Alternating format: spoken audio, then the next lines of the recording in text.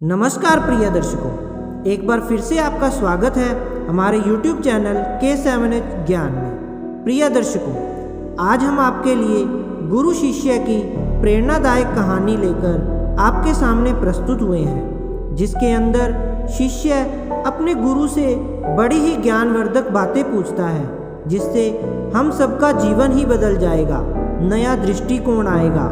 बहुत ही रोचक और ज्ञानवर्धक कहानी है। बस आपसे निवेदन है कि आप इस कहानी को पूरा सुनें और इसी तरह अपना स्नेह हमारे साथ बनाए रखें। और जो लोग हमारे चैनल पे नए मेहमान दर्शक आए हैं और उन्होंने हमारा चैनल सब्सक्राइब नहीं किया है, वे हमारा चैनल सब्सक्राइब ज़रूर कर लें, क्योंकि आपके सब्सक्राइब और लाइक करने से हमारा प्रोत्साहन बढ़ता है, जिससे हम आपके लिए इसी तरह से मोटिवेशनल कहानी लेकर आते रहेंगे। तो मित्रों, ज़्यादा विलंब ना करते हुए आइए अब सीधे कहानी पर पहुंचते हैं। प्रिय दर्शकों, एक बार एक शिष्य ने विनम्रतापूर्वक अपने गुरुजी से पूछा, गुरुजी, कुछ लोग कहते हैं कि जीवन एक संघर्ष है और कुछ अन्य कहते हैं कि जीवन एक खेल है और कुछ जीवन को एक उत्सव की संज्ञा देते हैं। इनमें कौन सही है?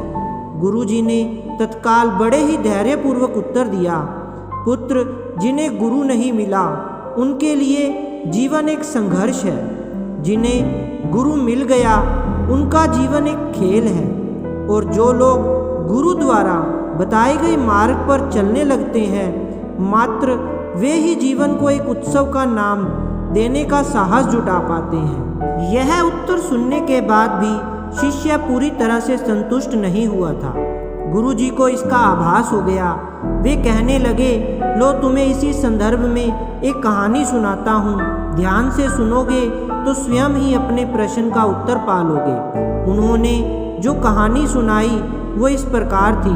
प्रिय दर्शकों, एक बार की बात है कि किसी गुरुकुल में 3 शिष्यों ने अपना अध्ययन संपूर्ण करने पर अपने गुरुजी से यह बताने के लिए विनती की कि उन्हें गुरु दक्षिणा में उन्हें से क्या चाहिए। गुरुजी पहले तो मंद मंद मुस्कुराए और फिर बड़े ही स्नेहपूर्वक कहने लगे, मुझे तुमसे गुरु दक्षिणा में एक थैला भर के सूखी पत्तियां चाहिए, ला सकोगे? प्रिय दर्शकों, वे तीनों मन ही मन बहुत प्रसन्न हुए, क्योंकि उन्हें लगा कि वे बड़ी आसानी से अपने गुरुजी की इच्छा पूरी कर सकेंगे। सूखी पत्तियां तो जंगल में सर्वत्र ही बिखरी रहती हैं। वे उत्साहपूर्वक एक ही स्वर में बोले, जी गुरुजी, जैसी आपकी आज्ञा। अब वे तीनों शिष्य चलते चलते एक सीमापस्त जंगल में पहुंच चुके थे, लेकिन यह देखकर कि वहां पर तो सूखी पत्तियां केवल एक मुट्ठी भर ही थी। प्रिय दर्शकों, उनके आश्चर्य का ठिकाना ना रहा। वे सोच में पड़ गए कि आखिर जंगल से कौन सूखी पत्तियां उठाकर ले गया होगा। इतने में ही उन्हें दूर से आता हुआ कोई किसान दिखाई दिया। वे उसके पास पहुंचकर उससे विनम्रतापूर्वक याचना करने लगे कि वह उन्हें केवल एक थैला भर सूखी पत्तियां दे दे। प्रिय दर्शकों, अब उस किसान ने उनसे क्षमा याचना करते हुए उन्हें यह बताया कि वह उनकी मदद नहीं कर सकता, क्योंकि उसने सूखी पत्तियों का ईंधन के रूप में पहले ही उपयोग कर लिया था। अब वे तीनों पास में ही बसे एक गांव की ओर इस आशा से बढ़ने लगे थे कि हो सकता है वहां उस गांव में उनकी कोई सहायता कर सके। प्रिय दर्शकों, वहां पहुंचकर उन्होंने जब एक व्यापारी को देखा तो बड़ी ही उम्मीद से उससे एक थैला भर सूखी पत्तियां देने के लिए प्रार्थना करने लगे, लेकिन उन्हें फिर से एक बार निराशा ही हाथ आई, क्योंकि उस व्यापारी ने तो पहले ही कुछ पैसे कमाने के लिए सूखी पत्तियों के दोने बनाकर बेच दिए थे। लेकिन उस व्यापारी ने उदारता दिखाते हुए उन्हें एक बूढ़ी माँ का पता बताया, जो सूखी पत्तियां एकत्रित किया करती थी। पर भाग्य ने यहाँ पर भी उनका साथ नहीं दिया, क्योंकि वह बूढ़ी माँ तो उन पत्तियों को अलग अलग करके कई प्रकार की औषधियाँ बनाया करती थी। अब निराश होकर वे तीनों खाली हाथ ही गुरुकुल लौट आए। गुरुजी ने उन्हें देखते ही स्नेहपूर्वक पूछा, पुत्रों, ले आए गुरु दक्षिणा? प्रिय दर्शकों, तीनों ने सिर झुका लिया। गुरुजी द्वारा दोबारा पूछे जाने पर उनमें से एक शिष्य कहने लगा, गुरुदेव, हम आपकी इच्छा पूरी नहीं कर पाए। हमने सोचा था कि सूखी पत्तियां तो जंगल में सर्वत्र बिखरी ही रहती होंगी, लेकिन बड़े ही आश्चर्य की बात है कि लोग उनका भी कितनी तरह से प्रयोग करते हैं। प्रिय दर्शकों, गुरुजी फिर पहले की तरह ही मुस्कुराते हुए प्रेम पूर्वक बोले, निराश क्यों होते हो? प्रसन्न हो जाओ। और यही ज्ञान कि सूखी पत्तियां भी व्यर्थ नहीं हुआ करती, बल्कि उनके भी अनेक उपयोग हुआ करते हैं, मुझे गुरु दक्षिणा के रूप में दे दो। तीनों शिष्य गुरुजी को प्रणाम करके खुशी खुशी अपने घर की ओर चले गए।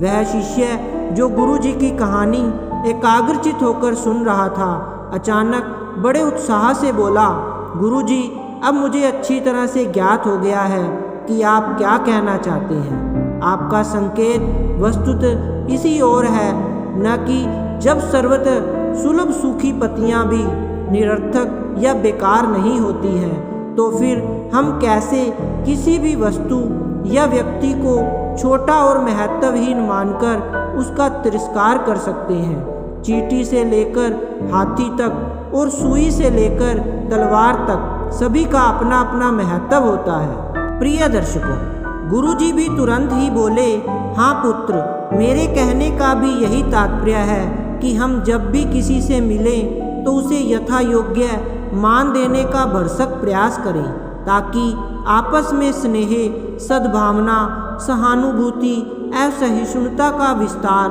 होता रहे और हमारा जीवन संघर्ष की बजाय उत्सव बन सके।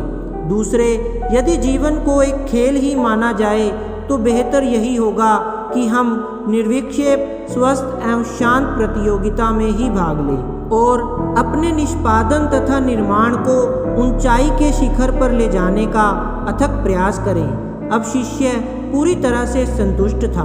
दोस्तों, यदि हम मन, वचन और कर्म, इन तीनों ही स्तरों पर इस कहानी का मूल्यांकन करें तो भी यह कहानी खरी ही उतरेगी। सबके प्रति पूर्वाग्रह से मुक्त मन वाला व्यक्ति अपने वचनों से कभी भी किसी को आहत नहीं करने का दुस्साहस करता और उसकी यही ऊर्जा उसके पुरुषार्थ के मार्ग की समस्त बाधाओं को हर लेती है। वस्तुतः हमारे जीवन का सबसे बड़ा उत्सव पुरुषार्थ ही होता है, ऐसा विद्वानों का मत है। मित्रों, अगर आपको हमारी यह कहानी अच्छी लगी हो तो कमेंट करके अपनी राय जरूर बताएं और अपने मित्रों के साथ इसे शेयर करें। और जिन्होंने अभी तक हमारे चैनल को सब्सक्राइब नहीं किया वो प्लीज़ हमारे चैनल को सब्सक्राइब जरूर कर लें। जय श्री कृष्णा मित्रों।